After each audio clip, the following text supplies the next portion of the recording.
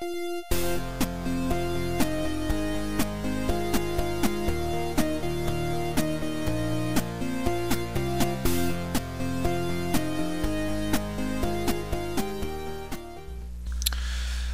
to Primecast, episode 120. My name is Jesse, and today I got a very special guest.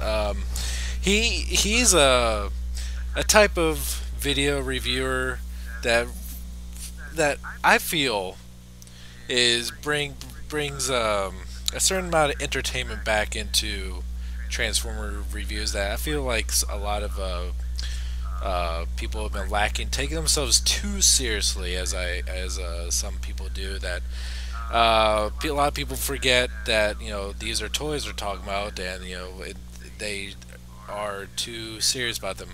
But I have a very special guest, someone that I find very, very, very entertaining, someone that I became quite a big fan of in the past few months, and I've been always wondering if I'd be able to get him on the show until I just was proactive about it, and luckily we got one of my new favorite Transformer reviewers on the show tonight, and today we got Felzbug. Hi, it's me, Felzbug. Yeah, all the way from Taiwan. That's right, all the way from Taiwan, and I gotta say, it's an honor to be on the Primecast with you.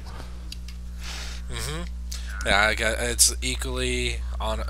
I'm greatly honored to have you on the show. Like I said, I've been a fan of yours for a while. I love your reviews. It's not too often where I can watch a review of Silverbolt, but then have it generally drift off into how about Han Solo commanding the USS Enterprise, and have it somehow make sense in the context. Oh, thank you. Sometimes I don't think I make sense at all. To the point, like, especially, oh man, what was it? Oh yeah, I was watching, to kind of prepare, like, I've been going through many of your videos and going through some of the older ones that I may have missed before, and I was watching your Beast Hunters Shockwave and how it went into insane tirade about Majora's Mask, and it. Oh man! I hope I never see that baby again. And got the Night of the Roxbury music playing. It's fucked up because I was watching the show right before that about the best SNL sketches, and they were talking about the Roxbury guys, and then that song starts playing. I'm like, whoa, this is a sign. Oh, must be. But yeah, that was that's one of my favorite videos I did, because man, doing that editing, which really was just hitting the pause button and moving and pause, but yeah, that was a lot of fun. Right. All right. First part of the show, I'm not sure if you're familiar. First thing I want to talk about is like any purchases or acquisitions we've gotten in the past week. First up, I just want to mention that I got a big purchase this week, and it's actually something that you kind of helped persuade me to get, and that was Masterpiece Ultra Magnus. When he was announced, I was crazy excited about him, and then I saw prototype pictures for him, and I was really excited. But then somewhere along the line, I guess it's just when more and more colored pictures of it came out, it just seemed off to me. I'm not sure exactly. It just seemed a little bit. I'm not sure exactly what I was. I feel like just seeing pictures of it online just wasn't as satisfying as I was hoping to be. But then, like, I was going off and like, okay, it does seem a little bit bland, but it has an opening matrix chamber. But then it was like, okay, but it doesn't cover matrix. But I mean, it does it, and it the cab transfer in the trailer. And I'm like, all right, so I'll wait a little bit. And then I watched your review of him a couple times, and I caved in and got him in this week, and I absolutely love him. Yeah, I was the same. I was kind of, when you're seeing it at first, it's like, oh man, this is going to be awesome. And then the colors, I think the colors are almost, in pictures, too cartoony, and so it looks bland. And yeah, so at first I was a little bit worried about him, and I was hoping for the transforming cab, into a separate robot. So there were a few things that were kind of like, oh man. But then when I got him, it's like, it's awesome. It was pretty amazing. I was kind of when it was also first revealed that it was going to be a perfect edition. They had kind of design sketches of like a MP10 white repaint with the armor on, and I think that was just in early design stages. But you're saying you're kind of disappointed that it didn't have a separate robot mode for like a white Prime? Yeah, at first I was kind of feeling, because like you, I saw those, I guess prototypes that were showing the MP10. But then it kind of, well, how much would he cost then? Then you're talking like $300, masterpiece, and it would be, well, that's a little hard, on the wallet. So I think they did the right balance, and I think it works, and he's really his own figure. Exactly. He's great. I'm just kind of confused why he doesn't come with a Matrix, though. Oh, so you have to buy a Prime. Hasbro Takara needs their money. Yeah, I kind of get why they're saying like, oh, there's only one Matrix of leadership, but Rodimus came with one. Yeah. In fact, the Hasbro version came with two. Oh man, I remember. Yeah, I had the Hasbro. Actually, it's one of the MPs that I didn't enjoy. I actually got rid of my Really? Rodimus because just, man, I wanted it. It's like overly complicated and not fun. And just, I don't know, he doesn't seem to really fit like he should with everybody. So I'm hoping they'll do another Rodimus to fit in. Yeah, I especially getting the robot to fit all together for the car mode. Yeah, That's where it's really not very fun. All the silly ass leg panels that don't make any type of sense whatsoever. yeah, it's making it overly complicated for no reason. Hey, we can do this. Let's do it. And it's like, why? I don't know. Panels. And Especially getting that fucking backpack to peg in place. yeah, that thing never works right. I had the Hasbro version, and yeah, it just did not. Even with that, it worked, but it still didn't feel. You're still always trying to push it like somehow this. Yeah, it's one of the. Supposedly that one is an improvement over the first Japanese version too. Yeah, and so it's like, wow, how bad would that have been? So for Rodimus, Yeah. I feel bad because Rodimus is one of my favorite characters in Transformers. So it's like, why doesn't he get a good figure? He wasn't really one of my favorites. Out of like the second generation, like from movie on, Ultra Magnus was always my favorite. Right.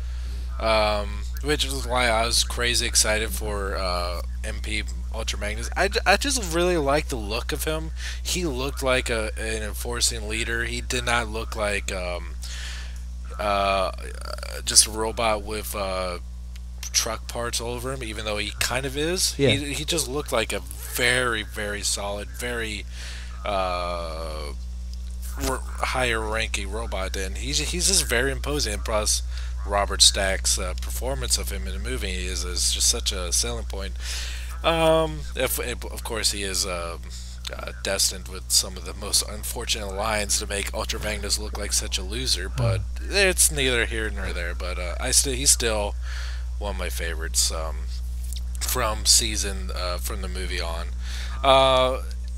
Just something about Hot Rod and Rodimus, just I think it just kind of seemed like they're kind of going for the Luke Skywalker a little bit too much. Oh yeah, they were, but also what hurt Rodimus was in the TV show. All he ever said was, "I'm not Optimus Prime. I'm a loser. I'm the worst leader ever." It was like he reinforced every episode. He reinforced he was a loser and Optimus was better. So it's hard. So much so that when Zombie Optimus came back for an episode, he practically threw the Matrix at him, like, "Take it!" Right. He's just sitting there like, "Here, it's for you, Optimus. You're the real leader here." And Optimus is like, "No, don't give it. Don't." I mean, he's like resisting. He's like, "Please be a leader for 5 minutes." Come on, Rodimus, wake I, up.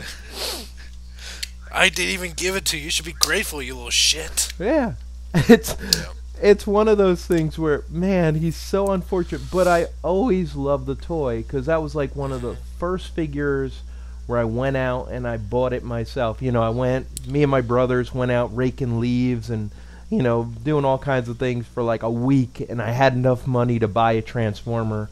I went to the store, rode our bikes there, and then it's like there was Rodimus, and it was before the movie, and it was kind of like, whoa, there's a new Autobot leader. And I picked it up, and I loved the figure, even though it looked like he was on crack. Just his eyes always had to look like, wow, he's on crack. But it's okay. Yeah. He's my figure, and I always loved him after that. So it's like one of those And toys. that was the Rodimus Prime, right? Yeah, Rodimus Prime. He did come out before the Hot Rod figure, didn't he? I'm not probably about the same time, but the first one I saw was Rodimus, and he just looked awesome, and I was just like, all right, leader, all right, awesome. And I picked him up, and then I was disappointed in the movie because his first action, he fights Galvatron and just throws him out a window or out a wall. It's like, yeah, I defeated. You just threw him out the wall. You did nothing. Let's get out of here and run away. You wrestled a little bit and quit. Yeah, and then run away from exploding Unicron, and now you're the leader. Yay! The end. So he never had the moment to shine. So. Except for demonstrating his ability to turn into Winnebago of Love. Yeah, that's about it. Yeah. Oh, okay. So I talked about. I think these are the last purchase I made. I'm just waiting for some Combiner Wars to get it released in my area. Oh, yeah. Especially like the wave of Motor Master, I think. Yeah. And I know you've been getting some of the RID figures. Yeah, I did. I pretty much got. I have all of them that came out so far. I think I didn't get the Optimus. That's not here yet. Or the Drift. But I have the first 4 and the 3-step changer. And the quality, it's like the quality of going from, if you think back, the last TV series was Prime. If you look at the Prime, the first edition Prime figures, and then you look at these, it's like, what happened? It's like the difference is so amazing. It's just like you went from these amazing figures to now, and they're knockoff quality figures. They feel so light and just feel so bad. And as a Transformer fan, you want to like the toys. It's not like you go in and you're like, hey, I'm going to hate it, and I'm going to make a hating video. No, it's like, I want to like this, but they're giving me nothing to like. They're really, really not fun. Except, I think Grimlock is fun. I actually like the transformation on Grimlock, the Deluxe. And Bumblebee, surprisingly. I enjoyed Bumblebee, although he has so many. There's like the bad issue of on his crotch, he has 4 holes on his crotch. Whoever thought to do that? And I haven't put up my video because I still have to do the drawing. But in it, I say like, what are they? Houses for birds? They fly in and fly out. I can't figure that out at all for the RID. It's really sad that Hasbro is going down that road, and I don't know if it's because they changed to Vietnam. Like, a lot of the figures are being made in Vietnam now, and that could be a problem. Yeah, I did forget that they are being made in Vietnam. But I'm not sure because they're still making the really excellent Combiner Wars figures. I think that really just a problem of the RID line is that it's just pandering to a younger audience, while the Prime show and series was kind of aimed towards more teenagers and younger adults, while the RID is definitely for much younger kids. And even though they say that the deluxes are more aimed for collectors, I guess I got to keep in mind that the little kids that it's more aimed towards are going to buy them too, and they want them more simple. Yeah. What? Like especially, I love the way that Prime looks in the show. I really like the kind of simple Cybertron-esque robot mode he has. That's kind of looks like it's loosely based on Beast Hunters Prime, Right. but the toy does not represent that very Oh. well at Oh all. yeah, somebody commented on one of my pages about Optimus, and they said, he looks like a McDonald's toy, and I think they're right. Yeah, but if you look at pictures, it just looks like a McDonald's Happy Meal toy. Yeah, very So very disappointing. I mean, it was so many great Transformers coming out this year, and with me, supporting a family and having 3 kids, I can't really get every single one oh yeah. like as I could in my bachelor days, but I had to pick and choose, and as of right now, I'm skipping the entire RID line, and it doesn't really bother me all too much because there's so much other much better stuff coming out. Yeah, I think that's one of the things doing reviews is you kind of do it because, well, if you buy it, you don't want other people to buy something that's just garbage. And I think you have to be honest with, okay, this is good, this is bad, because even myself, I have to do the same thing. Watch what I spend my money on, because it's like, Star Saber's coming out. Right? Yeah. So many figures, like you say, great figures, and even the Combiner Wars, and then Devastator is on the horizon, which I'm really interested to see how that works. So it's like you just got to take your money and, okay, I can't put this here, and so it's real hard to pick what to get. And RID is something that you can just say, well, it's RID, just move on. I hope they improve. I actually hope that the figures improve, like they realize little kids aren't stupid either. And the parents aren't stupid, and it's like a bad idea to. It's almost like when you make too simple a figure, you're just talking down to kids, and they kind of know it, and it's like, I don't want that. That's for babies, you know. So yeah, it's like you're shooting yourself in the foot. Either make the series or don't. Pick one.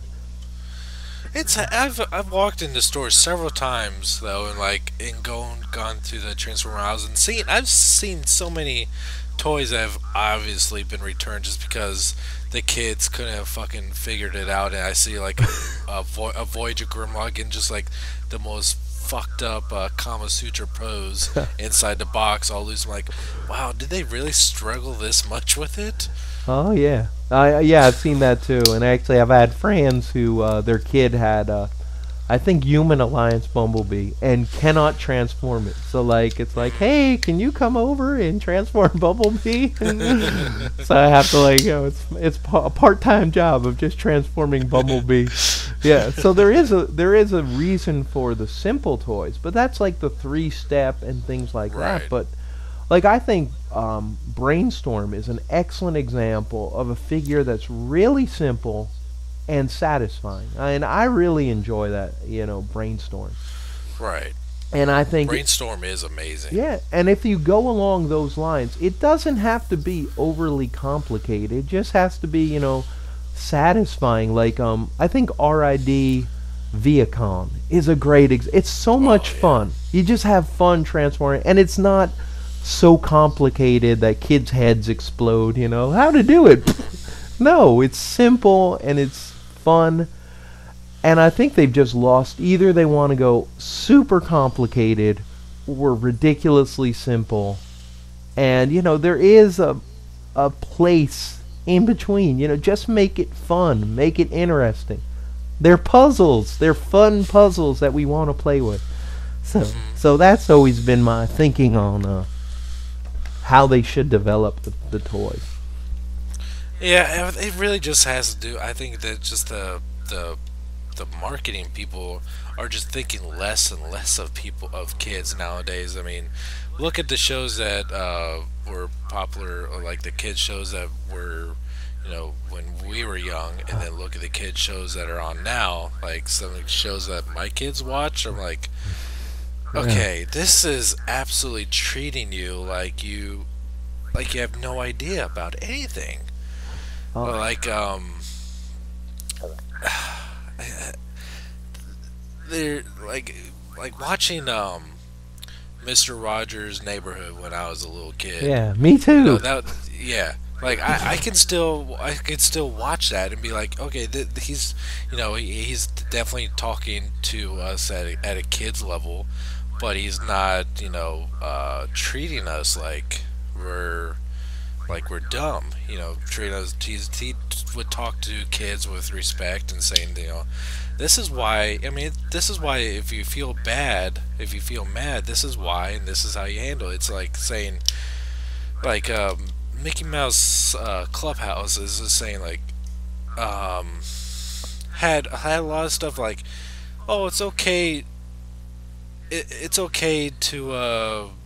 There's this one time we're saying they're saying I forget.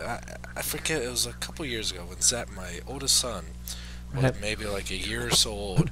They're basically make their message was like to hold in all that negative feelings that you feel and don't express anything like that. And I was like, no, Yeah.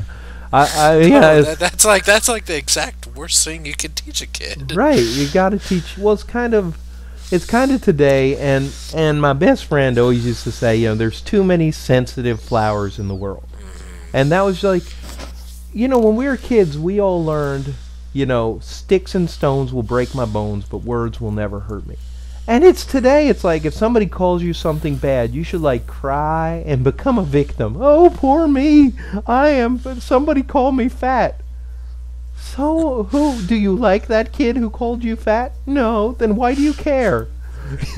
It's like the idea should Right. be like the only way somebody could say something and hurt you is if you let them. Right. And it's like people forget me being on the internet. Oh man, I've had so many people just write, "I hate you." I hope you die. It's like you don't even know me. I Wow. just made a video. But so many people would say things, and for me, I just laugh. I find it funny that you could tell somebody like you hate them because they made a video. You don't know me. You don't know anything about me. And so it's something that I always find funny that people can be so mad. And there's people who will fight back and be like, oh, I'm not stupid, or I hate you too. And the other person wins. When you just ignore them and just whatever, yep, I'm an idiot. Like people tell me I'm stupid. I'm a puppet. How much dumber can you get? I can't even count. And like so for them to say you're stupid, it's like, yeah, I am. Wow, good for you. You figured it out. So really I Right. think kids aren't learning what we learned, just go. If somebody makes fun of you, well, why do you care? Or go over if somebody's being a bully, you punch them in the nose. It used to be a thing, your dad, your mom would even say, okay, they do something to you, you just pop them in the face. And it's like, okay. And it worked. And we were okay. And now everybody's just sensitive flowers. Oh no, he called me a name. I don't know. Maybe I'm too old. but but it's like we just grew up and whatever. People made fun of people. You didn't let it bother you, and you had so many Right. people who would tell you, "Don't worry about it. That guy's a jerk anyway. Don't worry about him." And it was done. Right. I Yeah. can't. I rarely even look at the comment sections in my videos anymore, just because I mean, I'll glance over them every once in a while because I do, especially my more popular videos, my higher views, I get comments every day Right. about, this guy's a 40-year-old virgin, lives in his grandmother's basement. I mean, this one, my one of ROTF Devastator, Right. I did back in '09. Thousands of comments basically call me, a fucking loser. I'm like, this is funny. They don't have a fucking clue Right. who I am, and they're just judging me. Man, people say well, why don't you ever say because I don't give a shit about what they say or do. Right. It doesn't matter. Nothing they say, I'm going to keep on doing what I do, no matter what, until I feel like I don't want to do it anymore, which I don't feel is going to happen anytime soon, regardless of whatever people fucking say about me. Right, it's the pure attitude of how you take what you're doing. It's like collecting Transformers. It's like for me, I know what it is. I'm collecting toys. I like it. It's fun. I enjoy it. So for people to say, "Oh well, you can't collect toys," oh, but if I collected baseball cards, that would be okay. Or if I collected, car parts from NASCAR, wow, you're amazing. Hey, look, I got this baseball signed by, whoever, Nolan Ryan. It's like, yeah, there's no difference. Ultimately, you're still collecting things. And people collect liquor bottles. I collect Transformers. Right. I know so many people. People collect stamps, and for me, it's like, why do you want to go? Okay, but that's respectable. Yeah. Yeah. But I think also a lot of people collecting toys get upset. Like, it's something serious. Don't make it bad. It's like, have fun with it. You would like it because it brings you back all your memories when you were a kid. These are the toys you couldn't get when you were younger. Or, just it makes you feel good. You like to see them all lined up on the shelves. Whatever it is, that's fine. Why do they make Hot Toys? Oh, it's an adult collectible. Because you can't say adult toy. but it's because you can't say it's a doll. Right, it's not a doll. It's an adult collectible. It's an action figure. It's not a Barbie. Don't call it a Barbie. Speaking about toys that you couldn't get when you were younger, what is your holy grail? Oh, for a long time, just like you did a video a while back about Fortress Maximus. Yeah. And for a long time, it was like Fortress Maximus. And I remember one time I had seen it in the store, and it was $99. And I was like, there's no way I could ever afford. At that time, you're a kid. And like, oh, I don't have that much money. And if I ask my mom, she'll probably just smack me. And forget about Dad. Dad's not. What are you, stupid? What are you, stupid? You want a toy? What do you want a toy for? But, yeah, so for me it was Fort Max. And like, when you talked about Fort Max in your video, about how it's a grail and wow, what do you do after it and all those. It's like, yeah, I know exactly what you were feeling, because when I finally got him, it's just like, opening it up was kind of like, oh, it's a very, I don't know, sanctified moment. Like, quiet, everybody be quiet. Slowly open it up. Stop the presses. Stop the presses. Styrofoam. There's styrofoam. That was a huge deal. I love the fact that it's in fucking styrofoam. Yeah. I don't know why. Because, that's like exactly what it'd been like if I got that as a kid. Yeah, I got the reissue of Omega Supreme and Skylinks. And the two of them were both in the plastic. They had that plastic, not the styrofoam. So when I opened up Fort Max, I was just thinking, okay, he's going to be in the plastic and styrofoam. I was excited. My wife looked at me like I was crazy. Like, what's wrong with you? It's styrofoam. It's going to make a mess. Yeah. Sorry, I'll just be good over here. Yeah, so it's amazing. But there is that definitely, like, you did experience, like, it's that kind of, like, or you got the grail, like, there is kind of, like, a feel of emptiness after it. A little bit, yeah. I finally got it. But then there's so many other figures that is like, okay, well, now it's like one day, a G1 Jetfire.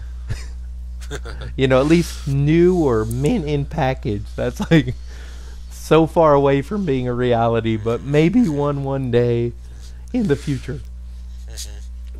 After my second grail, like the Holy's Grail, but Fort Max always was number one. Number two was G1 Star Saber. Oh, after man. after the with all those Japanese shows airing with Headmasters, Master Force, and Victory, we having no clue about it in the States. Right. Not until the days of the internet was like finally like there's this whole other world of Transformers going on in Japan. We had no idea about it, and then we found out about Headmasters and Master Force, like, hey, Jinrai looks all like Prime. Huh, how about that? And then seeing Star Saber and how popular he was in Japan, and seeing how great the toys that was him, Star Saber, and Star Convoy were ones I wanted for the longest time. And then when Star Convoy was reissued, I was like, this toy is kind of shitty. But Yeah. then They're not all gold. no, they're not. But then Star Saber had kind of that feeling of Fortress Maximus, in that kind of, he's three robots in one, kind of. He's got that Brain Master, and then a sub robot mode, and then his ultimate robot mode, which is something that I really liked about Fortress Maximus. And Star Saber is kind of more of a streamlined version of that, and a little bit more practical, that he could turn into a jet Yeah. instead of just basically Well, he brick was on a wall. flying base. Come on, in the Yeah. cartoon he could fly. Yeah, yeah. Go that way. Yeah, and with I doubt they're ever going to do a reissue of Star Saber now. Well, you never know. Yeah, you don't know with Takara. They're real strange what they just throw out there, and it can happen. I don't think it's impossible. Right. So about the But with- Dinobots are probably the one thing they'll never bring out because they lost the molds. But with that being said, with there being no reissues of Star Saber, we are next month getting the Masterpiece Star Saber. Yeah, and that looks amazing. I'm very excited, and it's like, yes, saving my pennies right now.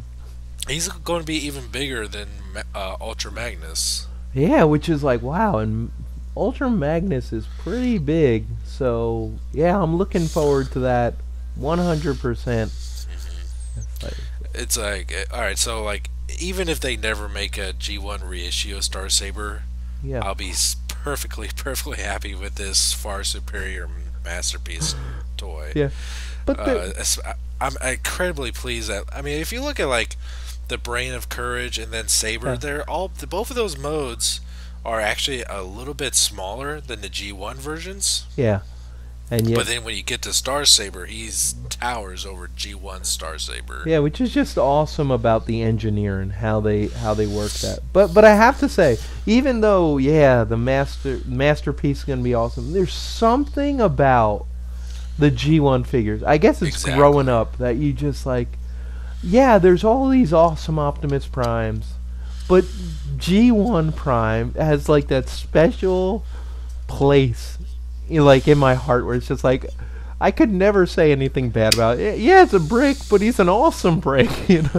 That's about it. And like, I think wherever you grow up, I think kids, whether they started at Armada or wherever, I think certain figures are automatically like, yes, this is that figure.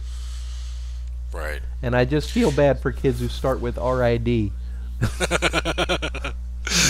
Oh, jeez. Yeah, They're 'cause- gonna be insane when they grow up. Well, one day they'll grow up and they'll be like, wow, remember how great the RID figures were? So they'll just have little blocks with like, if you flop it down, it's like in vehicle mode, and you stand it up and you got a robot sticker on the front. Wow, amazing.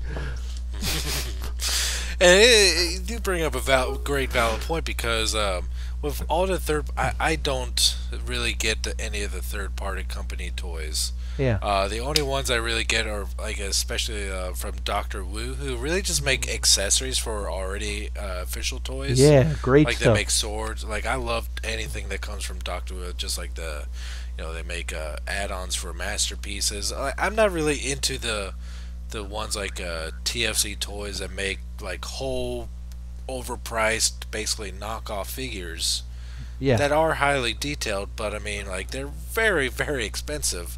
And I would like, several companies have made their own versions of Predaking, Yeah. which, granted, they look awesome. They look really great. But I would much rather buy a G1 Predaking than any of these Predakings. Yeah, because of the price. It's just like so much money. And it's like I love Predaking. It's one of my favorite, figures out of G1.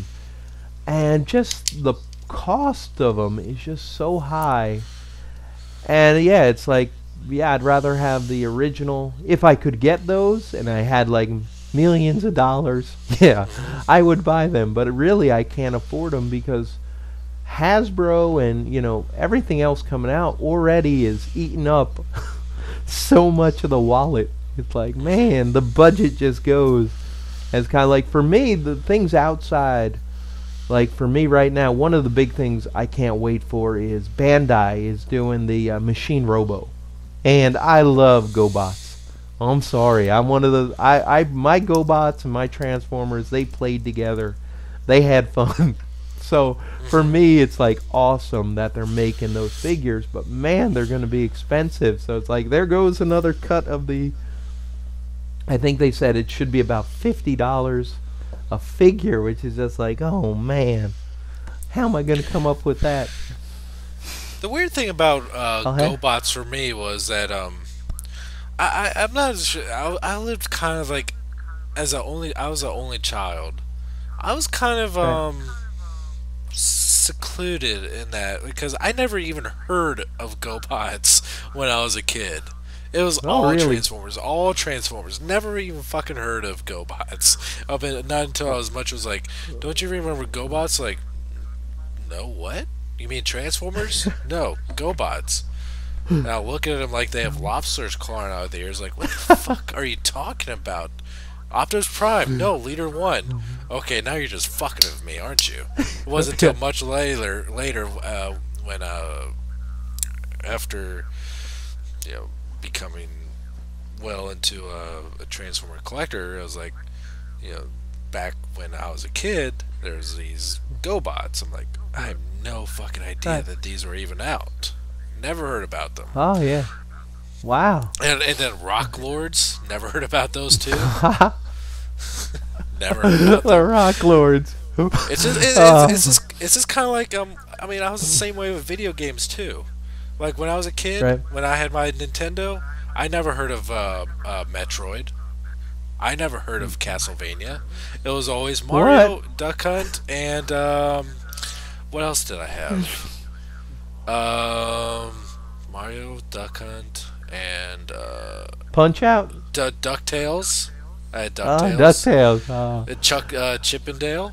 I had Chippendale. I did not have Punch Out. I had like a small little set of things that I was very passionate about, and I did not explore outside of my comfort zone at all. So you never experienced the moment of defeating Mike Tyson. Oh man, that was like an event with me and my friends all around the TV, taking. Because you had to go through the entire, you could have the password, but Mike Tyson, oh man, me and my friends, we tried for hours, and getting that defeat, when you beat him, it was like, you're the king. It's the, yes, Mike Tyson, I beat him. Yeah, and it wasn't really until I got my Super Nintendo when I started really exploring like outside of games that I already knew about. Then I was like, found out about Super Castlevania. I'm like, Super Castlevania 4 is like, oh, so there's 3 of these before. Those are on Nintendo. Yeah. Like, wow, Super Castlevania 4 is a fucking amazing game. And that's when I started becoming a really passionate gamer too. And I was really about the time when let's see, what year did Super Nintendo come out? Got to be 91, I'm thinking. Yeah, 91. Yeah, so that was about 90? The start of. No, maybe 91. I remember we went to get a Super Nintendo in Price Club, and that was about the time that Generation 2 was starting, I think, and that's when I was able to start getting all the toys that couldn't either didn't know existed when Generation 1 was out, or never could get, because I never got G1 Grimlock, and I never got G1 Grimlock, but then when G2 came out, there was all I could ever find was the damn blue one, and my mom would be like, hey, what about this? Like, no, that one's blue. He's not blue in the show. And then somehow, like, after like come across the same blue one for however long. I finally found a gray G2 Grimlock, Right. which is Oh, nice. not too common. As I've come to realize, Yeah. like yes, this is pretty awesome. And then there was also like a purple one. Was there? There's three Well, different I G2 think. Grimlocks. There's a blue one, which is the Oh, most common, and then there's right. a gray one, and I think there was a purple one. Yeah, I know there's another color, but I can't think of which color it was. Yeah, but yeah, I know what you mean about finding the figures. Like I actually remember, was it seeing which one? G2 Prime, the Laser Prime. Right. And when I saw it in the store, I didn't pick it up because I was just like, "Oh man, Optimus Prime is not doesn't have a is a flat nose truck. It doesn't have the extended cab." Way back then, it was still like, "No, that's not right for Prime." So yeah, I didn't get him, but yeah, later I regretted finding out what an awesome toy he was because he was Right. fantastic, Laser Yeah. Prime. But it's when I think 2000 I started recollecting Transformers. Right. I stopped, when I was a kid, I stopped, but I kept all my old ones upstairs in the attic. And then when my brother had kids, he had a son, and that was kind of like, oh, well, here, because he had Beast Wars. And I remember being like, Optimus Prime is not a monkey. What are you, what are you doing? There's no monkey Prime. Let me show you real Transformers.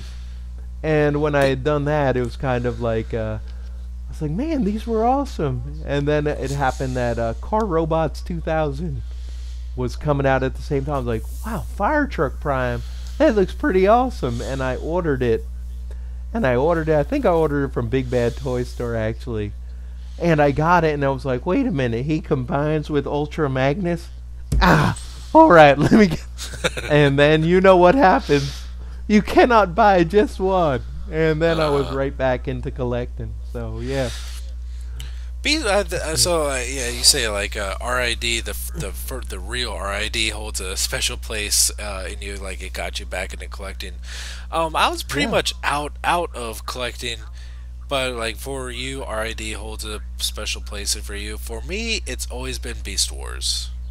I say Okay. like I love Beast Wars. I love Beast Wars Oh, so much that I actually have a Maximal logo tattooed on my shoulder, I. and like it's just yeah, it is a dramatic shift. I mean, a lot of people will always bitch about the animal modes, and for me, I really like it. I think it was just because like it was a proper sequel to G1 taking place. It's an evolution of the same storyline. It was very science fiction based. It took itself seriously. It did not treat the audience like idiots. It was a very serious show, especially when it got down to the character deaths are very dramatic. The aliens, the Valk in that show were very well written. The whole show was very well paced, and it's very watchable even up into this day. Even though the animation, especially Oh, from yeah. the first, especially the animation from the first season, doesn't really hold up all too well. But the Right. story helps really drive the show, and plus, I mean, it Optimus Primal became one of my favorite characters in the Maximal Gang. It's I think where it really strives is that it where G1 re, this may be kind of controversial to say fails. Right. It is that it's a tighter cast of characters where you can Yeah. learn to care about more of the characters in Beast Wars than you could in G1 because there's so many fucking characters in G1 that so many like that it's hard to focus on all of them because Six Shot, who was a very popular toy, only got Right. a minute of screen time in the show, Oh, while yeah. while like say in Beast Wars, Dinobot was a very popular toy, and he got so much screen time in the show that you liking the character in the show makes you like the toy more, and it's just the way it's scripted.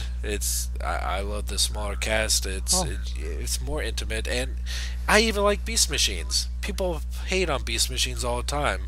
Well, I right? like Beast. It's dramatically different from Beast Wars. It's Oh um, yeah, it was huge, yeah, huge but change.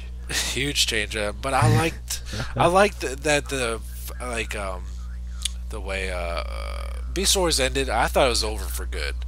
Seeing them leave prehistoric Earth and leaving Waspinator back on Earth. It Yeah. wasn't until I was watching Fox Kids uh, where I saw this commercial for like you see these three animals walking out of this light, and it's like for a preview of Beast Machines. Watch season premiere of Digimon. I was like, all right. So I watched the first episode of Digimon just so I could see what the hell this show is about. And like, then they showed this really cool teaser for Beast Machines. Like, holy shit!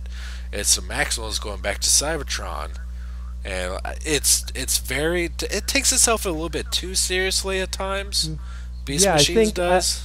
for me, I think that's one of the things I don't like about it. It lost a lot of the fun. Cause yeah, my first reaction to Beast Wars was Optimus Prime is not a monkey.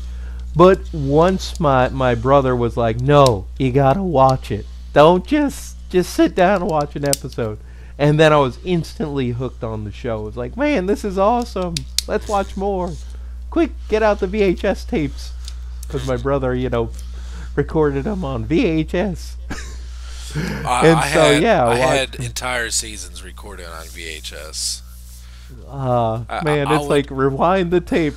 uh Kids I tape. would Kids don't know what that means. I would set my VCR to record at 8 a.m. every morning to record the episode as I went to school, and then I would come back home and watch it. Wow, Yeah, that's a very old-fashioned sentence. I would set my VCR yeah, to record a show. It's like, you mean a DVR? Like, no, it's a prehistoric thing yeah. It's called a kind of like, VCR. wait, all you have to do is push the show you want, Dad, and it'll do it. Like, no, it wasn't Can't always you like that. Trust me. just watch it on Netflix, Dad? Like, no, that's not how it was. There was no Uh, Netflix. What about YouTube? You could use YouTube. No, there was no YouTube. There was nothing. We had rocks. Rock. We called them rock lords. oh But yeah, those figures were always good. When the only good thing about rock lords was, if a friend said, well, they're stupid. They just become rocks. You just throw it at them and hit them in the head with it, and then they respect the rock lord. I win this Instant fight. respect. Rock lords are stupid. Ow! Yeah. So after the Beast Wars kind of started this whole new generation Yeah. of Transformers fans, and then it died down, and then like that kind of continued on Japan, and we never knew about it. Then it came Japanese for first Japanese series came back in RID. I'm one of the few Transformers fans that doesn't really care for RID too much. Okay. Yeah, I could But see the show wasn't. I think the figures were great, but the show didn't reflect the figures. I mean, although right, I have to laugh every time. What was it? Sideburn. There's the episode where the Decepticons have him captured, and he tells them, "Oh, I remember when I was a tricycle," and he's crying about. It. They're like, "Oh, I think. What's his name? The shark. I can't think of his name right now. Skybite. Skybite. Yeah, and Skybite is like, "Oh, it's so sad." It's like he's lying, you idiot. He wasn't a tricycle. I just love the insanity of Japanese comedy. They just say whatever they want. Uh-huh. And for them it's just like, yeah, perfectly fine. You could have like a murder and then goofy comedy a half second later, like brutal Right. murder, goofy comedy. It's great. It goes together. So I think that's part of the problem is like if you just watch the show, yeah, the show is kind of disjointed and doesn't work. And I think the same thing happened with Armada. And when it went through Armada to Energon to Cybertron, you had that Japanese thinking in it, which I think it just doesn't mesh well with American thinking for that kind Right. of show. Because they're I can't. making it I can't fun. stand I can't stand the Cybertron cartoon, but I love the Galaxy Force cartoon. All right, yeah. I think I actually haven't really watched them because they kind of annoyed me, so I didn't watch most of those episodes. I didn't watch. Right. I love the toys. I collected the toys for Energon, for Armada, for Cybertron, but I didn't watch the show that much. So yeah, I understand what you're saying, and sometimes the Japanese do make more sense. It seems to have more weight, like the voices and Right. everything, and they can go and do that 180 of complete seriousness to comedy. And when you're watching it in the Japanese, I guess, language, you just kind of accept it like, oh, okay, well, it's Japanese, no problem. Maybe I'm wrong, but that's my thinking. Oh no no no. But then we especially get to kind of a nice little transition from goofiness to hardcore action. We get into the. I would like to know what you think about the movie franchise. The movie, it's a blessing and a curse. Yeah. There are things in it that will just. I don't know any Transformer fan who says the first time Optimus appears on screen, it's not awesome. When he transforms for the first time, it is just an amazing. Like, I remembered seeing it in the theater, and like the whole theater exploded. Like, once he transformed, it was a. It like, I mean, it was just an amazing moment where people were just like, yeah, and you're like, whoa, what just happened here? Hold on, I can't hear what they're saying. I had to see it a second time because I didn't know what was said because people went crazy.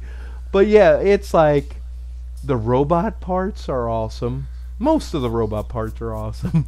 But when you get to the humans, you just want to shoot yourself. So I've developed a method of completely forgetting about the human parts and only remembering the good robot parts.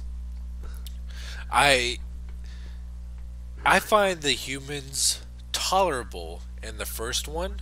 Right.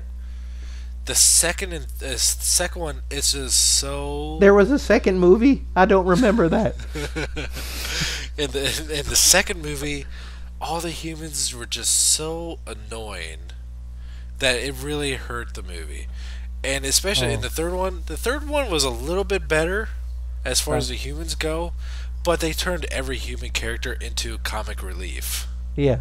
But one thing, the third movie, I'm sorry, I don't want to interrupt you, but the Oh, you're one fine. thing really bothered me about the third movie, and it's just that Optimus Prime became a total psychopath at the end of the movie.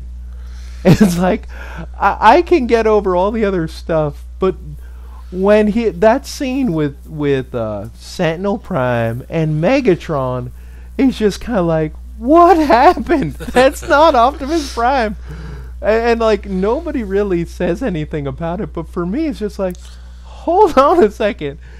First off, we have the battle with Sentinel Prime, where Sentinel Prime is like his mentor. He's known him his whole life. They established in the first movie Megatron is his brother, and then Megatron shows up and saves Prime's life from Sentinel. Yeah. And Optimus goes and doesn't just kill him, but decapitates him. Then picks up Megatron's gun, and when Sentinel Prime is pleading no, he brutally blows his head off. I do And feel for that me, that was that the most shocking moment.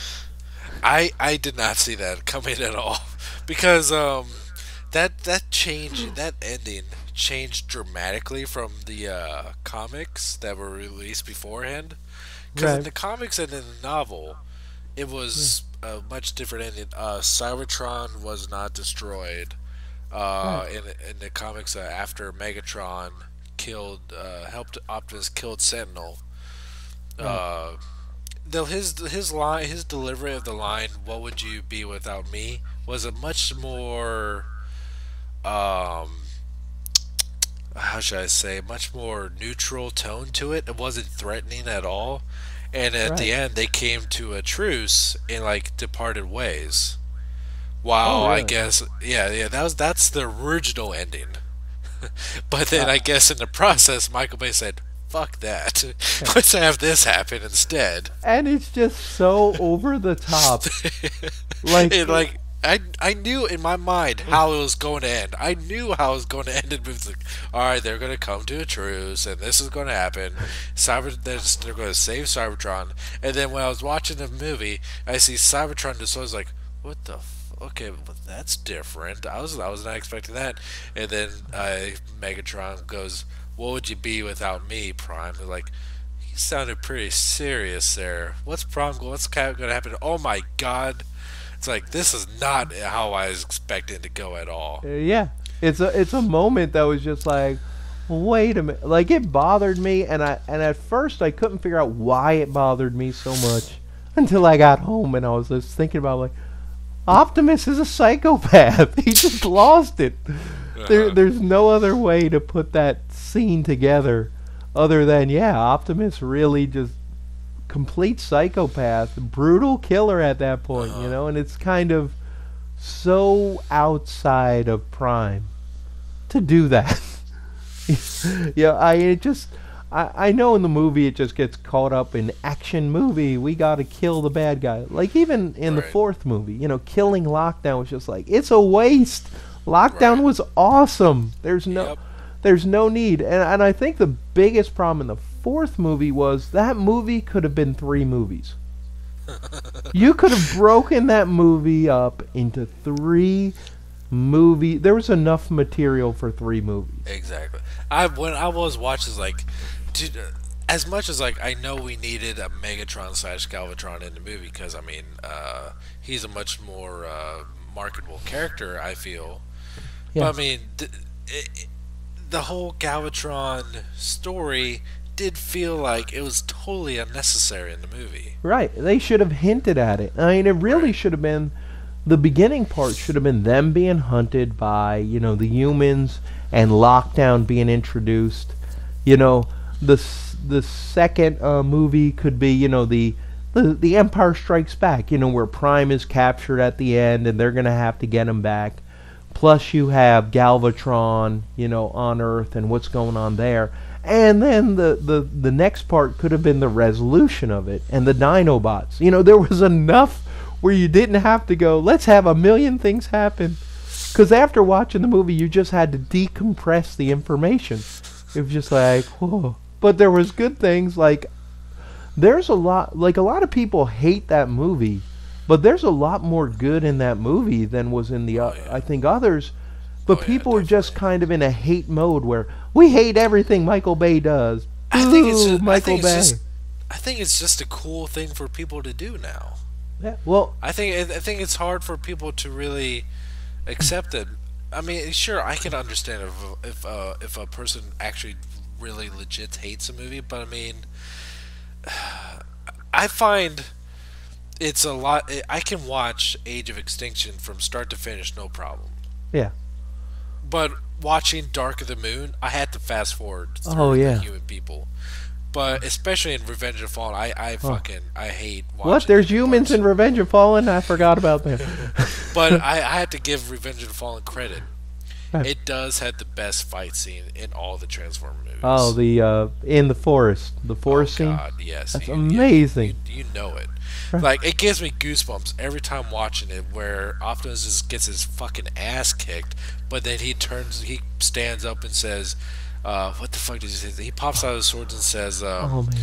You'll never stop at one, I'll take you all on. And he just starts ripping ass. Like, I'll take you all on, yeah. Yeah, I get goosebumps every time watching that. Fantastic. It's so fucking fantastic. I remember when I saw it in theaters on the big IMAX screen, and he climbs the top Grindor after and then rips off his head. Everyone in the fucking theater just stood up and cheered like, yeah. Yeah, like that's a best part of the movie. Right. All of it. Yeah, that scene, even where Megatron kills him, where you're just like, whoa. You know, just the build of it was great. Like, Michael Bay is very good at the action scenes, not good at the people. but I do think he knows how to make stuff look good. Mark Wahlberg, I liked Mark Wahlberg in that movie. I actually did. instead of being the dumb kid. He's not from Texas at all. He's lying in that Yeah. part. But What? I've always really liked Mark Wahlberg, and I heard that he was going to be in the movie, it made me excited. And yeah, okay, he's Texas, so he moved there like last year. Yeah.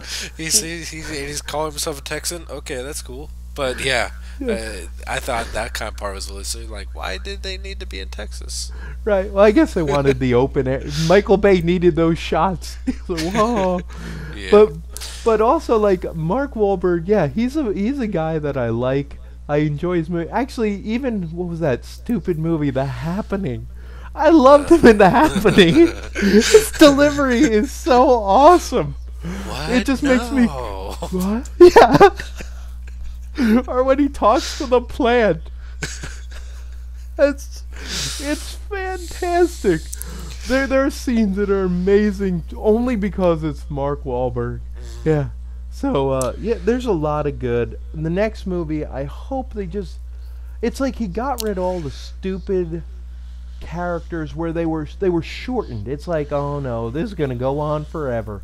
All the stupid things you think is going to go on, and that's like shortened. You're like, whoa. And Kelsey Grammer was great. It's like, yes, they have the Autobots and Decepticons are talking. And it's like, amazing. Wow. Yeah. And then they release the toys, and you got 3 Decepticons. Yeah. That's. I mean, I guess they kind of shot themselves in the foot. I mean, they released so many Autobots and then so many Dinobots. Right. It's like, but then we gotta have the Decepticons in there too. Like, oh, okay. And only one of them I think is okay. Two of them are good, but only one of them is their original mold. Yeah. And that's Right. Galvatron. I really like the Galvatron figure. Yeah. But that lockdown though. Oh. My God. Yeah. It's like you get him just because you need a Decepticon. And he was so great in the movie. He is so. He's to me he's the second best villain in the movies. Oh, yeah. To me, Sentinel Prime has been the best villain. I think he's had the most he had the biggest character development. He Right. wasn't necessarily evil. He was doing what he felt was best for Cybertron, and like he was just a Cybertron hardcore elitist, and he explains to Optimus at the end, like he felt like he had to do was the right thing to do. He doesn't necessarily he didn't want to be on Megatron's side, Yeah. but he had to make an alliance, and then whether that was betraying the rest of the Autobots, he just went to the extreme. Yeah. Wow. And of course, Leonard Nimoy always helps. Oh, fantastic. Fantastic voice acting on his part, and a very cool. He had a very cool look. He looked like he was built like a soldier, but also like had that kind of grizzled old general look to him. Right, But and he was like, and regality to him too. Right, he yeah. had that Alpha Trion oh, kind of feeling to him. And yeah, and also the figure, the toy they came up with, the leader class. Man, that's one of the best figures. I love that figure. I know. So like, but yeah, for the movies, it's really something where yeah, we get upset as fans over certain things, but I think we always have to look what it did for the collecting. Look how many people it brought in. If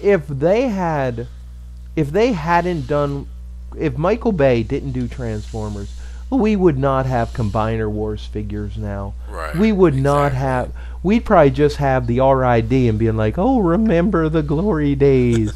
We wouldn't have half of what we have in figures, and it's only because Michael Bay turned Transformers into a $1 billion franchise. And Right. so, for one thing I talked about with my friend Fu actually was how what's going on with Transformers is the same thing that happened in the 90s with comic books. I don't know if you ever collected comics, But in the 90s, comic books were like the big collectible. Everybody was collecting comics.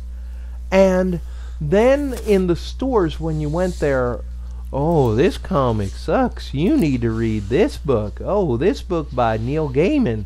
And you need to read this book by, this writer and this writer and this serious writer. Because the comics that were just fun comics, oh, they're for babies. You don't want to read. And so many people stopped collecting because they didn't want to read like a drama. They didn't want to read like this really, I don't know, high-minded books. They just want to have fun. Like reading Spider-Man. I want to see Spider-Man fight the bad guys. If I read the Avengers, I want to see them fight someone. Not like the books. My brother has been collecting comics forever. He's like 40, I think 46 years old now. No, 48. Wow. Anyway, he's 48 years old now. And like he's been collecting comics since he was a little kid. And he stopped buying the Avengers because the books have gotten so ridiculous where they're just talking about a possible bad guy that might exist, and they should prepare for this possibility of something possibly happening that may or may not exist. It's like, who wants to read that? They're just talking. And it's like, it's not interesting in a comic book to just talk. And it's like, movies are the same. Too much talking. You go to see a movie because you want to see things happen. It's like an active thing. And Michael Bay, he gives you the action. But now, just like with the comics, Transformer fans are saying, oh, these movies are so bad, and I hate these movies, and I'm never going to watch these movies, and bad, bad, bad. And what's happening is, well, then people are going to stop watching them. Like in America, Transformers didn't do well in America, but killed overseas. And so, they're going to make another movie now because it's so much money, but they're going to alienate the fans from the product that's, that the thing that's giving you, you're killing the golden goose. Oh, we don't want Michael Bay. Well, who are you going to put on the movie? J.J. Abrams? J.J. Abrams is a great director, but I think he killed the Star Trek franchise. This is just me talking, because really, it's like in 2 movies, they cured death. Yep. And you can teleport anywhere in the universe. And they took Khan, one of the greatest characters of all time, and made him like toast, milk toast, completely. No offense to Cumberbatch, he's great, but you cannot put him against Ricardo Montalban. It doesn't work. I have so many problems with Star Trek Into Darkness that it makes fun of itself without really realizing it. Yes, it took out. It did so many things unnecessary. It tried to be a remake of Wrath of Khan without really being a remake by doing. It took some very deep storylines and quotes from Wrath of Khan and basically did it in such a unnatural way in the movie that it becomes laughable. Yeah. Like especially the one of the biggest Star Trek quotes of all time. Fuck. What am I thinking? I'm not sure. Okay. What the hell am I thinking? The Spock quote at the end of Wrath of Khan. The needs of the many. Oh yeah, the needs of many are outweigh the needs of the few, or the one. Yeah, or the one. To the point, like when that was delivered in Star Trek Into Darkness, it's laughable because it's a very over the top line in such a action paced scene it comes across unnaturally. Well, yeah, or even the death of Kirk when the death of Kirk when Spock yells Khan. It's like I laughed. I laughed at that point. I was so embarrassed to be in that situation watching that, because it was just so silly. It made no sense. Like, I get what they're trying to do, but take it seriously. You can't. There's no emotion built up. Spock was not that emotional when his planet was destroyed and his mom killed. Right. He didn't get that emotional, but Kirk dies, who he's been like at odds with, that they establish at the beginning of the movie, and Right. suddenly Khan, and it's not even rational to blame Khan for a lot. You know, it's like, yeah, Khan shot the ship, but Kirk was the one who went in there to save it. It's not like this direct association. It's like Kirk at the end when Spock died in the chamber in the original Wrath of Khan, you know, he didn't yell, Khan! No. He was sad his friend was dead. He just slumps down next to him. It's a touching scene, and they took that Exactly. scene and made it ridiculous. As I said before, what I love about Wrath of Khan is that, up until this point, Kirk, he kind of established the Kobayashi Maru test as him established. That's the first time it's ever mentioned, and it kind of established that he's always found a way out. That he doesn't accept that there's a no-win scenario. He cheats no matter what, and even at this point, like he's the Star Trek 2. Believe takes place 15 years after the first movie. Yeah, maybe.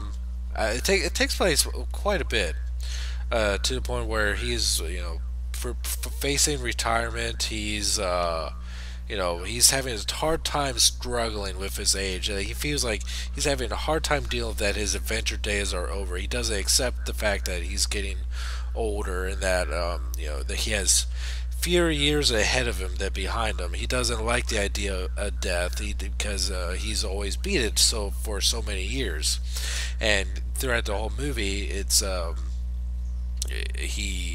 he's still doing his thing. He's still beating the odds up until the very end, where he fails the Kobayashi Maru test, and it just devastates. It's even just think about that. Just him slumping down, going, no. It's so unnerving watching him not being able to accept that he failed in a way. Yeah.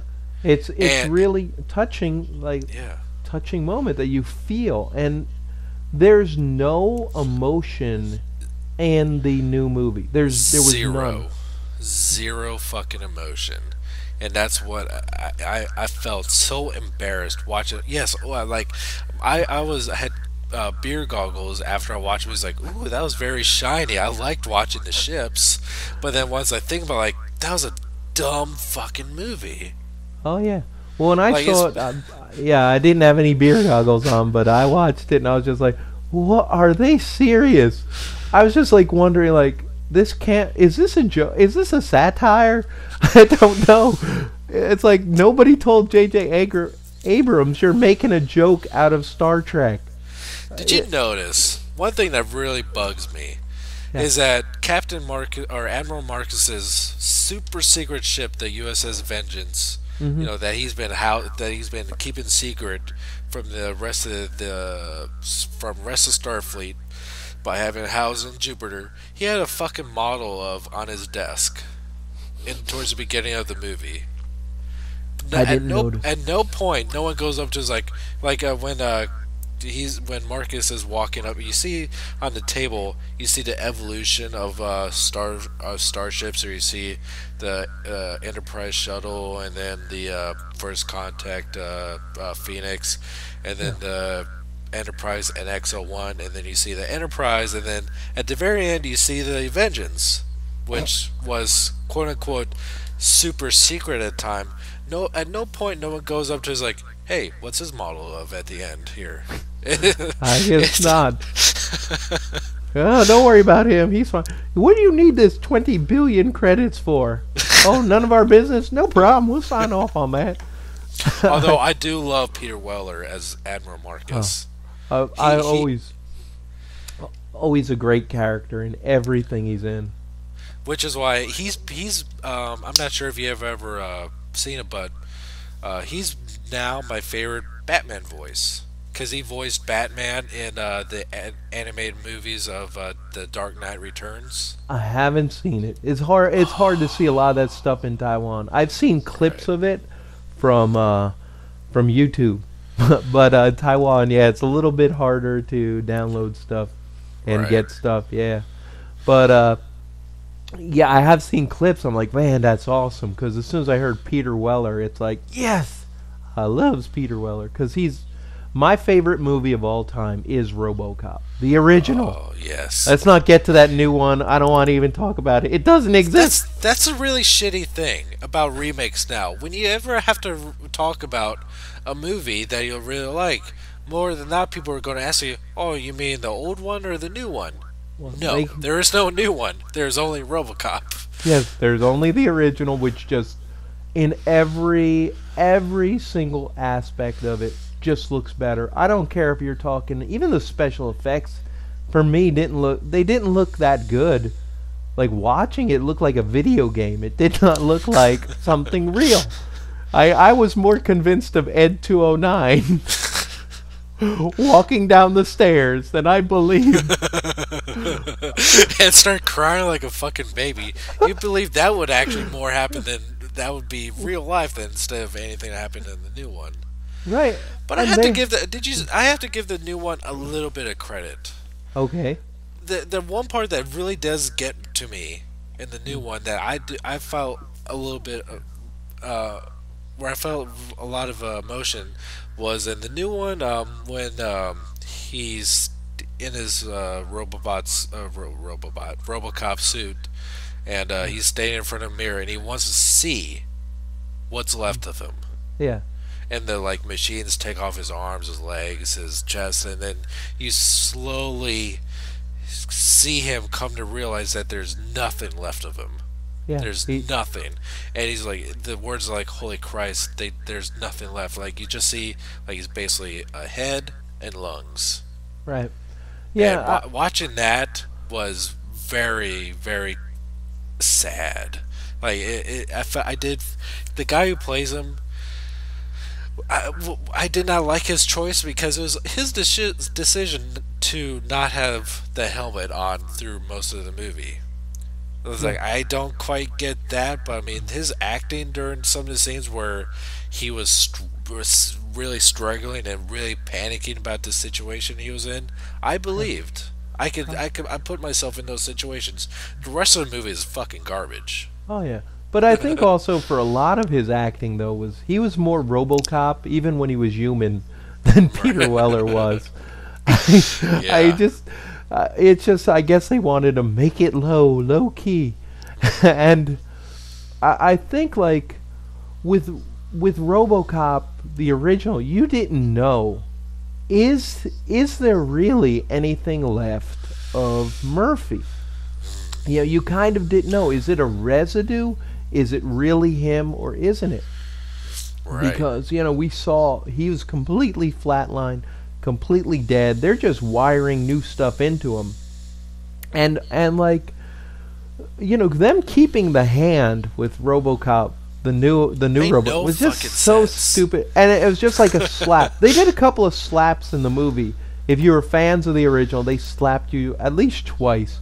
One was, you know, when it said, keep the hand. It's like, lose the arm. Don't, you know, that's one of the classic movies. Lose the arm. Number two was when, I wouldn't buy that for $1. It's like, oh, let me just smack you in the face. Oh, you like the original movie? This isn't it. You better go watch the original and be happy. So if anybody is thinking of watching RoboCop, only watch the original. There is no other movie, only the original. I just really. There's It's no sad. 2, there's no 3, Yeah. there's no remake. Right, but I would take 2 or 3 over the new movie Exactly. because at least they had character, and you could remember. You could remember a villain like the first movie. If I asked you who the villains were, you would know them. You'd be able to quote them. You wouldn't even, you know. There, it's just in there. But with a new movie, if I said, okay, name one of the villains, you'd be like, Michael Keaton Yep. and that other guy. And there was a drug guy, but he got killed. I don't know, Michael Keaton? I can't tell you his name. It's just Michael Keaton. Right. Yes. How do we get on this? Oh, because we were talking Transformers. We got on all these. I mentioned J.J. Abrams, but yeah. So I mean, if you're changing from Michael Bay, who's proven to get billions of dollars, yeah, I think it's like to shoot yourself in the foot and say we want something else, and they could kill the series. So many movie series have been killed in one movie or two movies. And, it's like, I'd rather have Michael Bay, who knows how to work it and knows how to make a movie that makes money, than go to something else. And the fans need to be careful. When you just lambaste it, you're going to kill where they're going to say, okay, we can't use Michael Bay. Well, let's change the whole thing. And you probably aren't going to get the movie you want. It's not going to be a G1 movie that we all would love. It would be fantastic. Or even if they use the guys who wrote Prime, they'd be able to put together a fantastic movie. But just put them, Michael Bay director, get some good writers on it, and I think you've solved the problem. Well, they did officially announce that Michael Bay is not going to be directing Transformers 5. But I'm not. I still kind of take that with a grain of salt because he said the same things about 3 and 4. Yeah, that's why I think he's feeling out. I think he's kind of like holding out, like as they get worried, like, do we really want to give this to somebody else? If they do in fact go with a different director, like if he's not, say he's not coming back, that's for sure. Right. Who would you like to see? Oh, right now I can't think of his name, but the guy who did Pacific Rim, Del Toro. Guillermo del Toro, yeah. Yes, okay. That's who I would pick because I actually love his Hellboy movies and I love Pacific Rim. That was like a love letter. That was like, well, I love you. And people complain at the end with the blazing sword. What do you expect from a giant robot movie?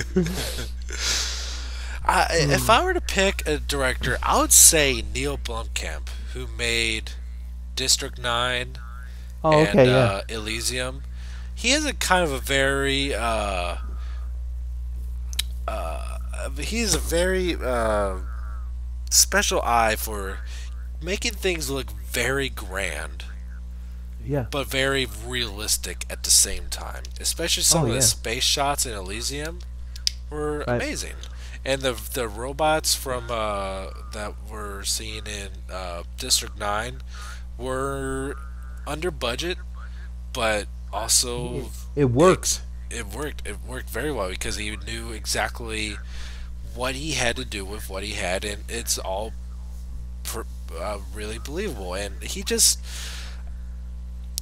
he has a very special eye for science fiction that I think. I mean, Michael Bay, he may not be so much of a science fiction fan. No, he just likes he likes just to make stuff look good. And he does do that great, but I think we need someone that has a much more passion about science fiction to make a great story, and I think Neil Blomkamp would do great in that. Although he's kind of busy doing his own thing, he wants to do what he wants to do. Like I believe he's in works to make an Alien sequel. Oh, okay. He'd do a good job, I think. Yeah. Where he actually did some concept art where it was Sigourney Weaver and she was half human, half alien. Right. And oh no, I'm having flashbacks of that terrible Aliens movie. Right. I can't. But Ron Perlman was in it. Oh, that was a good. I love Ron Perlman. I watched that movie just for him. Especially, did you you say it's hard for you to watch stuff in Taiwan, but did you watch or hear of Sons of Anarchy? I've heard of it, but I haven't been able to watch it. It's not here. No. Yeah. No. Ron Perlman was a major character in that whole series up until the last season, and he's great in that. He's a he's not necessarily a bad guy, but I mean he's a major character, but he you don't like him. He's Right. an asshole. He's a fucking twisted guy, and he Right. does But he does. probably you still want to watch him. Oh yeah, If absolutely. it's Perlman, He's love to great. hate him. Yeah, exactly. And see, what else was he in lately? That was oh yeah, of course he was in Pacific Rim. It's funny Yeah. because in Pacific Rim had two actors from Sons of Anarchy. It had Ron Perlman and Charlie Hunnam, who were both in. Oh yeah, yeah. Both were, Hunnam's in it. Yeah, yeah, Yep. yeah. Go And ahead. that little part he just owned. Like that little, it was all, and at the end of the movie when he's still alive, it's just like yes, I was Where's so my happy he goddamn survived. shoe?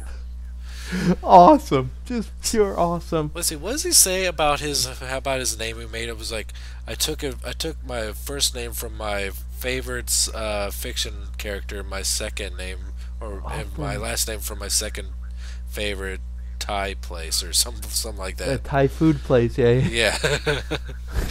It's like he does. It just flows so naturally. Like wow, he's fucking crazy. He really does And believe this. He owns it. He Uh-huh. owns like whatever he's on camera. He owns it. He just controls it, and I think that's why he's a great actor.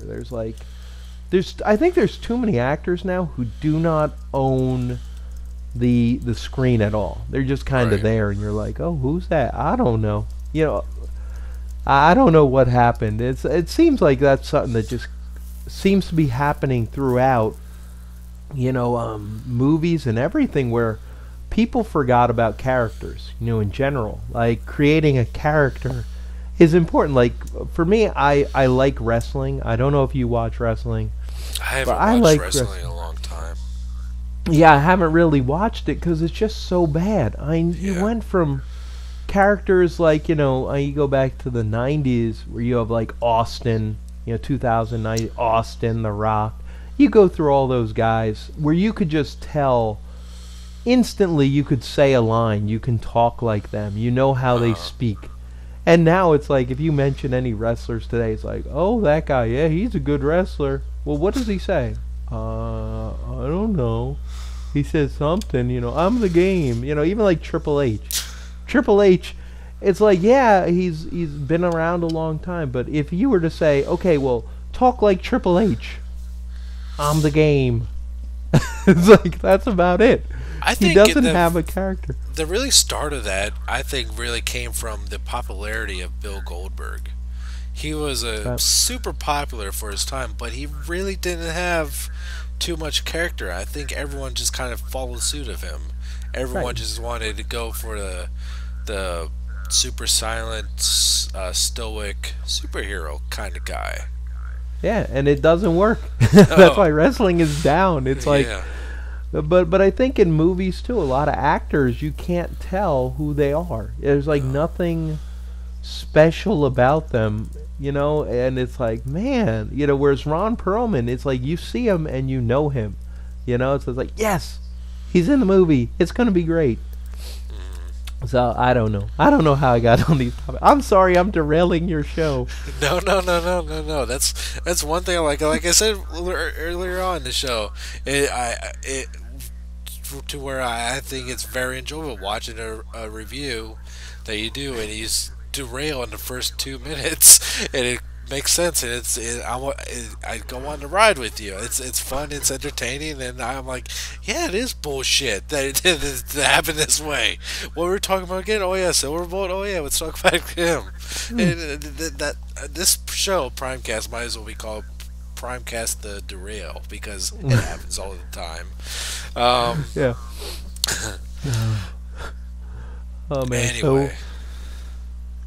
So we were on movies, so we were talked about like what you got recently, yeah.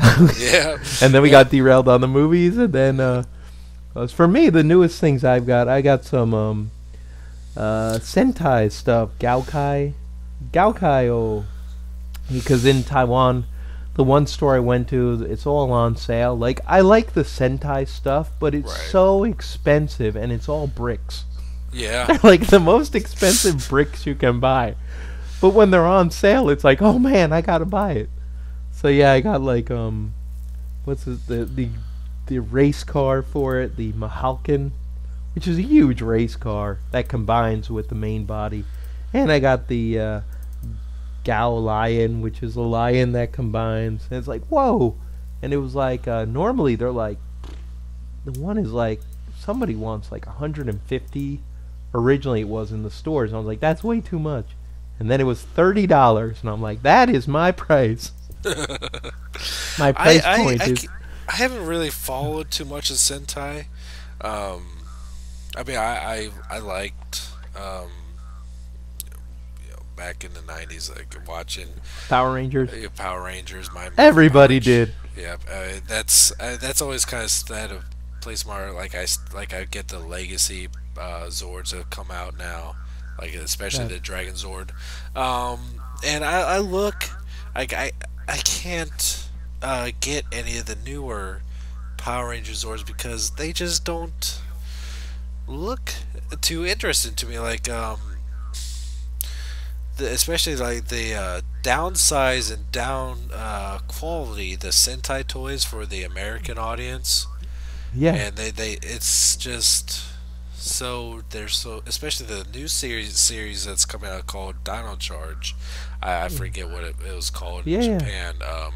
But those Yeah, I don't toys remember. look dramatically different from what they did in Japan, and they just look really silly, and I just can't keep up with whatever is coming out in Sentai land.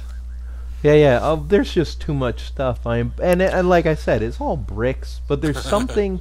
I think the Japanese versions are really good quality. Right. Like when you buy it, it's like the heavy plastic. It's got that shiny quality to it. That's like, oh, all right, you get it, and it feels good. But I wouldn't spend like $100 for one of them because it's just like that's way too much. But when I can get it on sale, that's like, yes, I'll put it on my shelf. It looks great. Right. So for me, that's been my most recent purchases, and of course, I'm just waiting for, Star Saber and the Takara releases of where's my brain? Wingblade, Chromia, and RC. I'm waiting for those to come out. Oh yeah. They should be out soon. So for I me, it's see, luckier. I can go to the store and get them. Right. I've seen Wingblade a couple times in stores. I never, not sure why. I don't have anything against it. I never felt too compelled to get it. RC though, I jumped at that as soon as I could. Yeah, RC And is nice. It's about time. after so many years of rumored Generation 1 based RC figures, we came close with animated. Yeah, yeah. Came close, but then finally came around. And I was going to get Chromia too, but then I was like, Right. well, I already have that mold, so I was like, all right, I just want to get RC, and because I like that mold, and I'll keep it for the other RC. And like, it wasn't until I actually watched your Chromia review, I'm like, whoa, Right. I'm kind of glad I didn't get this now. Yeah, it's those feet. It's like really. Yeah, I don't know why. Just where it snaps is not good, and just kind of was like, oh man, and I really like the look of the figure, so I'm hoping the Takara is better, because just like Brainstorm, the Takara doesn't have any issues. There's no problems with joints or with the head sticking or anything like that. I So guess I luckily was lucky Japan. with mine. I didn't have any problems with mine, and I got the Hasbro one. Oh really? That's Yeah, awesome. yeah. I was lucky for you. Didn't have any wobbling issues, no joint issues. I had no problems with the head. The spec meter pops out and goes back in, no problem. Because mine, I guess the guy who quality inspected mine was on his game that day. Yeah. He wasn't drinking that morning. He did I not pass. run out. All right. I guess one thing I always kind of wondered about you, Felzbug, is what are Yeah. you? What are you? Oh, what am I? There's always the great question. And it's like when I give the answer, everybody's going to be like, what? That doesn't make any sense. But actually, if you think I'm a little critter and I collect things, then I must be a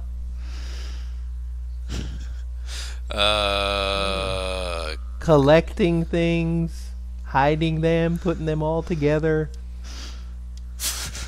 A little critter. oh, I'm small. a little critter, huh? I'm not a dog, but I am a little critter. Yeah. So just think, I what didn't thi- animal collects things? If you think of an animal that collects things for the winter, A squirrel? oh, there you go. The secret is out. It's just I couldn't afford a tail. But you're green. Yeah, well, that's because I live in Taiwan. I'm a rare green Formosan carnivorous squirrel. With flashlights for eyes. Well, that came with the radiation. You don't know what they put in the water around here. Nice. Um, but yeah, whenever that's always got to be like for every new person that watches your channel, that's always got to be like something that either you immediately either find is super charming or is immediately annoyed with. And for me, I find it super charming. I love watching you fiddle around with toys and deciding whether or not you should eat them or not at the end. And Yes. I was telling my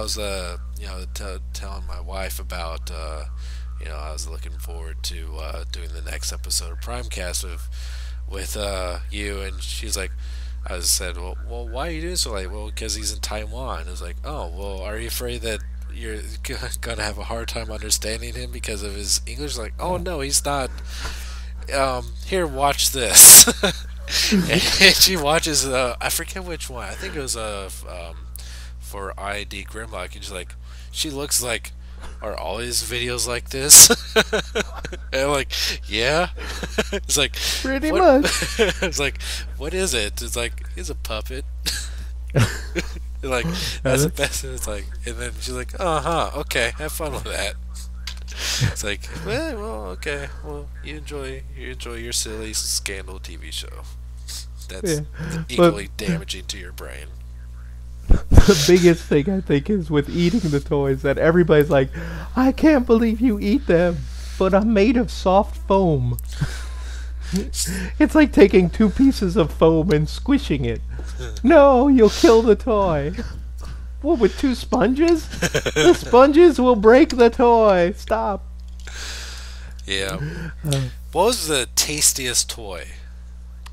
Oh, the tastiest of all the Transformers. Wow. That's a tough one. Because usually the tastiest one I would say is probably my Galaxy Force Prime. Well, right now I can't remember the number, but the EX02, which is it's a translucent plastic, and it is fantastic. Yeah, that would be the tastiest toy I own. The Galaxy Force Prime? Sonic Combo. Yep, Sonic Combo. Oh, But okay. The 2-pack? yes, but I didn't eat him. I didn't eat him, but I know he's the tastiest one of all my toys. Uh-huh. Oh man, I was gonna ask you something. I fucking lost my train of thought. Shit. Don't worry, it happens to me all the time. Yeah. It's getting kind of late for me. I'm easily losing my train of thought. Because for me right now it's 2 a.m. What time is it over there for Wow. you? Right now it's 3:02 p.m. So your day is only halfway over.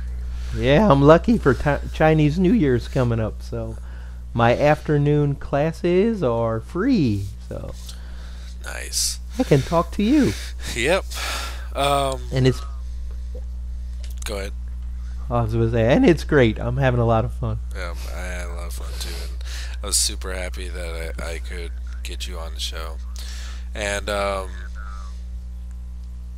as I want to say goodbye to Felzbug, and would like to talk to the man behind Felzbug, if that's all right. All right, that's no problem. I'll go get Handy Hands. Handy Hands, this for you. What about me? Why doesn't anybody ever want to talk to Gubslab? Oh, it's always somebody else, never Gubslab. Losers. All right, hello, Jesse. Leon, yep. Yes. Yep. As I've kind of been saying throughout the whole shows, I was super happy to get you on the show, and I've been huge fan of your channel for quite a while now. I love watching. It's very hard to say that I would want to watch a review from someone of a toy that's a couple years old. Right. That's a special quality that I find is very unique for you. Like it's not just about reviewing toys; it's about entertainment, and you are one of the more entertaining reviewers that I've ever seen, and you do a great job at doing what you do, and it was really exciting for me to be able to talk to you for this show. Oh man, I'm really happy to be able to talk to you because I've watched your videos for a long, for a longer time, and yeah. So actually, when you sent me the tweet, I'm kind of like, why is he tweeting me? What did I do wrong? Have I offended him? Yes, he must be offended. I've offended the Transformer gods. I'm sorry. But yeah, for me, it's doing the reviews. It's like I know just doing a plain like a regular review, I would not be good at. But being silly and stupid and being myself, yeah, that I can do. So that's kind of why, you know, I always think of if there's a niche, if there's some hole, you need to fill it. And like for me, it's like, well, nobody's really doing silly reviews out there. Right. So, okay, I'll jump in. I'll try. And of course, I got so much hate at the beginning. It was, why can't you do normal reviews? Why do you wear gloves? What's with the puppet? Yeah, so that was kind of what I went through in the beginning, was just like people are just like, wait, I'm watching a Transformer review. You must be a pair of hands. You cannot use a puppet. You know, and I tried to find the laws of reviewing, but I couldn't find them. Do you have them? Because maybe you have the rule book on how to review. No, I still don't know even really how to do it. I've been evolving my techniques and what I do for ever since I first started. I mean, I've been doing this for going on 8 years now. Wow. And awesome. I still don't know what I'm doing. I have no fucking idea what I'm doing. I'm just trying to figure like what I'm comfortable with. It's like, all right, like if you watch, it all really depends on what I feel like doing too, because like it's a lot of people don't realize it takes a lot of work. There's a lot of yeah. it's so exhausting.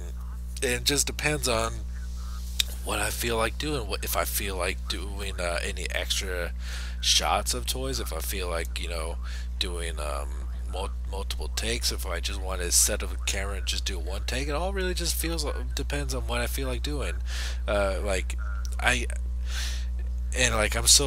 especially after like doing such a long review, like I was exhausted after doing my Fortress Maximus review. I'm like, God, I had to fucking edit this thing together now. Yeah, I know that feeling. Like, and editing is the worst. And one thing I didn't even mention yet is like, Yeah. I've been an artist for about as much as I've been into Transformers. Like, I love drawing, and I love watching your speed drawings. Oh, thank you. Yeah. How long does it take? Would it take for you to make one of those that are unspedded up? Unsped. Unsped. Well, like lately, I've been spending more time trying to draw them better.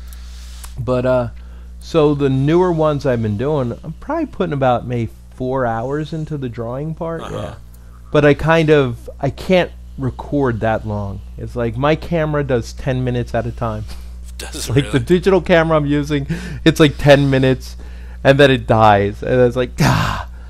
another 10 minutes. So I kind of record the beginning part of the pencils, then I'll like stop it, then I'll draw for maybe an hour or so, then I'll do some inking on it, then again I stop and I do an hour, then so I'm actually cheating on some of the skips. Really? But yeah, I never noticed that. It blends in pretty well. Thank you. Yeah. Well, you're going from like probably I record about at least an hour and a half to around 42 seconds. So Yeah. it should work. But so yeah, it takes me a while to do it, but it's something I really love. I love drawing, and I actually did it because my friend Melissa, she wrote the song I'm using now, Nice, Shiny, and Good. It's like, I have a friend in Taiwan, she's from South Africa, and she sings, and one day I said, hey, maybe you can make a song for my YouTube page.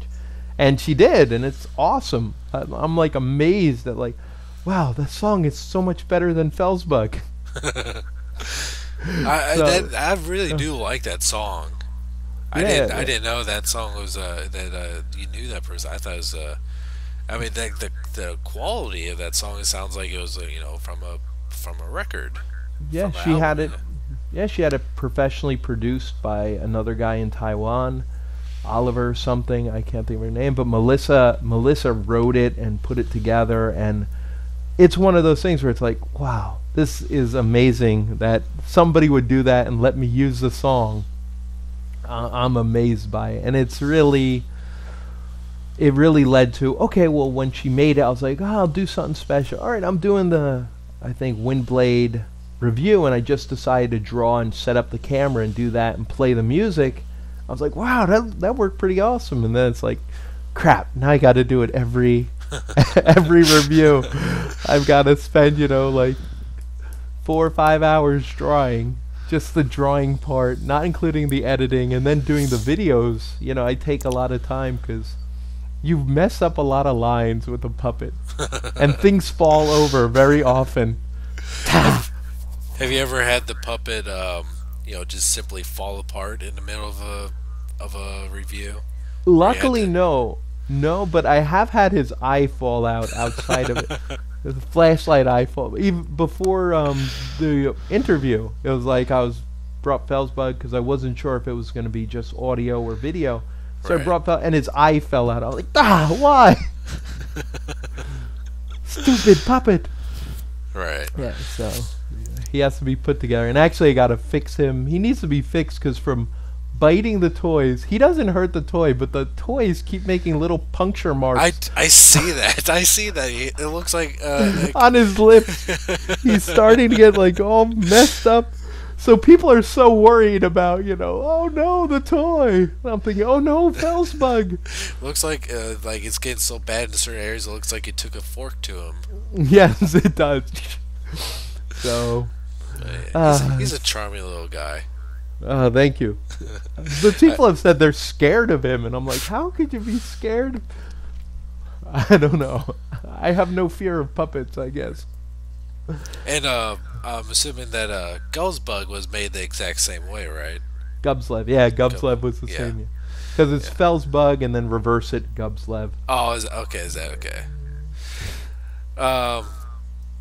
Is there a certain where did he come from?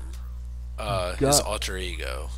Gubslev came from Fu, because I don't know, Fu had mentioned something, and so I was like, oh, I gotta make an anti-Felzbug, and that's where he came from. He was gonna be an anti-Felzbug.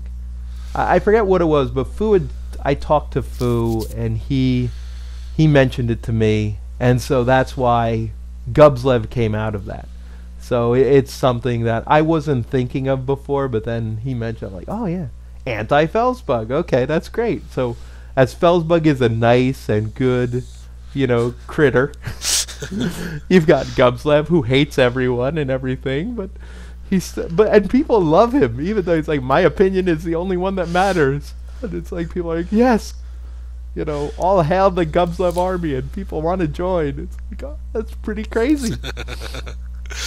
I think it was one of the funniest lines that he said was I forget what I was watching a couple of days ago, when he was, I think it might have been Black Knight Grimlock, where he's saying like, oh, shit, what does he say?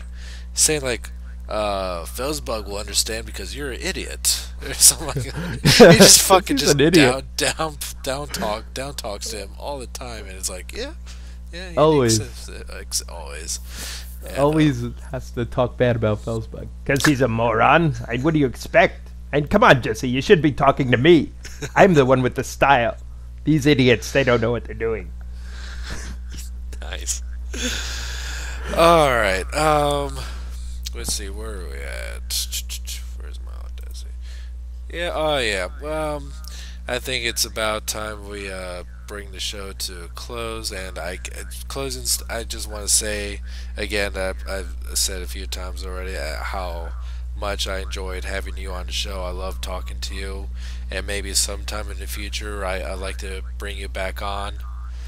Yeah, it may be difficult, especially if you living on the other side of the world, and just hard kind of coordinating plans like that. But I had a hell of a time talking to you, and I would like to, sometime in the future, if you like to, of course, if you like to come back on again. I'd be very happy to. It was a lot of fun for me because Yeah. this first time I've done anything like this, and it's like, Right. whoa, I'm still nobody. So it's very nice to be on the Primecast. Right. Wait. Shouldn't I, Gubslev, give you a little, outtake you could put in, if you don't listen to the... Oh, wait, hold on a second.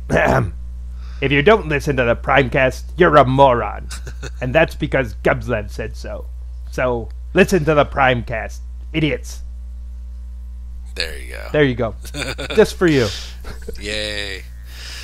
If all the people listening or watching right now, please go subscribe to his channel. If you probably have stumbled upon his videos before. I mean, you do a lot of first reviews of a lot of stuff. I guess because you're close to the source in a Luck. way. So you get Just to, luck. yeah, you get to do them first, and so you if you have a lot of privileges being that close, being able to have first dibs per se. But in case if no one else has ever stumbled upon your channel, please go check out Felzbug's YouTube channel. It's very entertaining. It's very charming. They're great video reviews, and they're very casual. And like I said, you don't take yourself too seriously. You have fun with what you're doing. That's something that a lot of people are lacking nowadays. And I expect you to become more and more popular and you deserve it. Oh, thank you. I appreciate it. Like for me, I'm just an ordinary guy. For me, I can't even conceive any of this. Like even being on Primecast is kind of like, well, me? I don't see it that way. But I'm glad people can enjoy my videos. Right. I'm happy because it's fun for me to do it, and I'm just glad that if people can enjoy it, I'm happy. Right. Yep. So, and thank you so much for having me on. It's an honor. It's an honor for me to be on. So thank you very much, Jesse. I appreciate it. I'm not worthy. I'm not worthy. Honor's all mine, good sir. All right, guys. As we wrap this show up, you can follow me at Twitter at twitter.com/SSJAutobot. You can Instagram me too, SSJAutobot, and I live stream from Twitch at twitch.tv/SSJ_Autobot. And where can we find you at? Oh, me? On YouTube at Felzbug. I don't know if you just look up Felzbug, Felzbug. Yep. Yeah, Felzbug, and I'm on Twitter too. I think that's also Felzbug. I'm not that good with Twitter and all multimedia. I don't know. It confuses me. And if you noticed, I went into the Felzbug confused voice. I don't know. Gubslip just makes me do things. Alright, guys. Until next time, thank you for listening and watching. Have a good week. Thanks.